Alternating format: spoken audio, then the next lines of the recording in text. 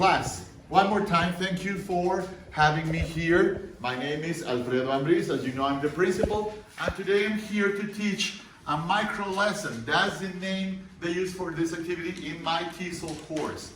TESOL is Teaching English to Students of Other Languages. It's a course by Arizona State University, and it's meant to help us get new abilities to teach English anywhere in the world.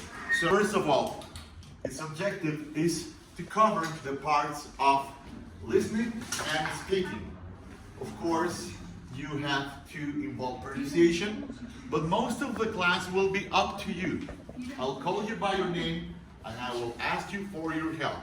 We have to discuss this subject, which was brought up on last time, about artificial intelligence. So that's also one of the objectives for today. We have to understand how artificial intelligence is going to change everything forever. And of course, it's going to be important in education as well. So, to begin with, I will ask you to watch this video. For the first time we watch it, I just ask you for one thing. Pay attention to the hidden, or maybe it's right there in plain sight, objective of the producers. What do they want us to think? What do they want us to do? You don't have to take notes during this first projection, but then there is going to be a second projection where you will be in charge of that, and I will ask you to use that method that I know you love, which is the Cornell note-taking method. Yeah. So why did you listen? What was the objective? What was the goal for the producers of this video? AI teaching assistants will be in the future working with the teachers and students. Okay, so there's a good vision, right? So the producers would like us to think that everything will be better with this tool. Education will improve. How will education be improved with this tool? It's going to become more engaging for the students and also More what? engaging. Yeah, that's one of the words I wanted to discuss with you. Engaging. That's good. That's a good goal. We'll go back to that. Thank you, Alexander. Thank you, Lizzie. Yes? It will become easier for teachers and students to learn. Yeah, that's one implicit goal. I'm not so sure about that. If we all want education to be easy, there are dangers in that view, which is good. I think I like education being easier, not perceived as work.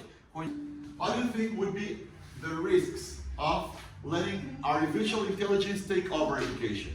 What sort of bad things could happen? Maybe labels without many employees. Okay. Teachers will not be needed anymore. Maybe you won't need as many teachers. That's correct, and that happens in every profession right now. That's a fear we all have, right? That we will no longer need, well, anything you like. Accountants, lawyers, architects, designers, engineers, scientists. So that's one of the fears. Thank you, Emiliano. So what do you use ChatGPT for? I mean, helping writing my essays. Yes. Yeah. So what do you get? Well, I think AI like ChatGPT is mostly like an over-glorified web browser where you like can ask it specifically what you wanted to tell it or what you wanted to generate, and like it will give it to you.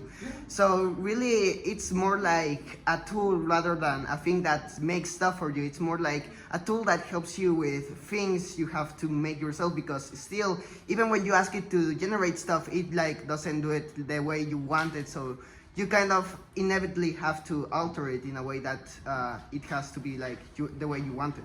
Yeah, that's correct, Gadir. Thank you. Because in the end, it's just like an assistant who will tell you anything you want to hear. Yes?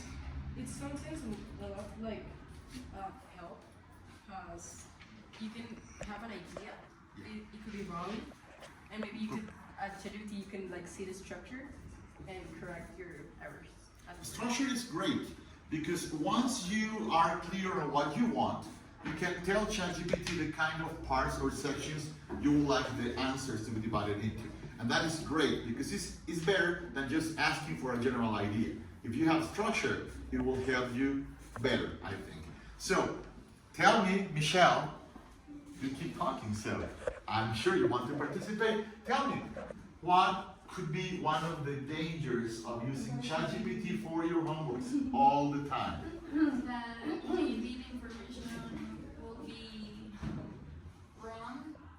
The information could be wrong. Yeah, it happens. It happened with a lawyer. He was trying to get information for a case. He asked for precedents, and ChatGPT came up with a few which don't exist. And later, that firm was sued by the client, because they were not helping at all. What else could happen? Wrong information is something that we have all detected. They call it hallucinations. What else? For you as a student, dangers for you, trying to learn something. How do you say plagio? Yeah, plagiarism. Yeah, it happens all the time, and you don't even notice because you're quoting someone else who is not really there. You haven't really applied yourself to read those original works. Now, for this second stage, we are going over the video again and try to understand its meaning. Try to see if we can follow some of the words there. And there is a word that Alexa remembered, which is engagement. The goal is to make the teaching method more engaging for students. What do you think engaging means? To keep one's attention on the subject. Okay, that's one very important first part. If you're paying attention, it's really helpful for your learning processes. But what else? What is engaging? It's not just paying attention. That's the first step, very good first step. But then, what else do we need? When are things more engaging? When Tell they're me. fun. When you're having fun, exactly. Why are you more engaged when you're having fun? Sure. Sure, go ahead. Why are you more engaged in something when you are having fun? I know it's an obvious question, but think about the answer. You like it. Why do you like activities?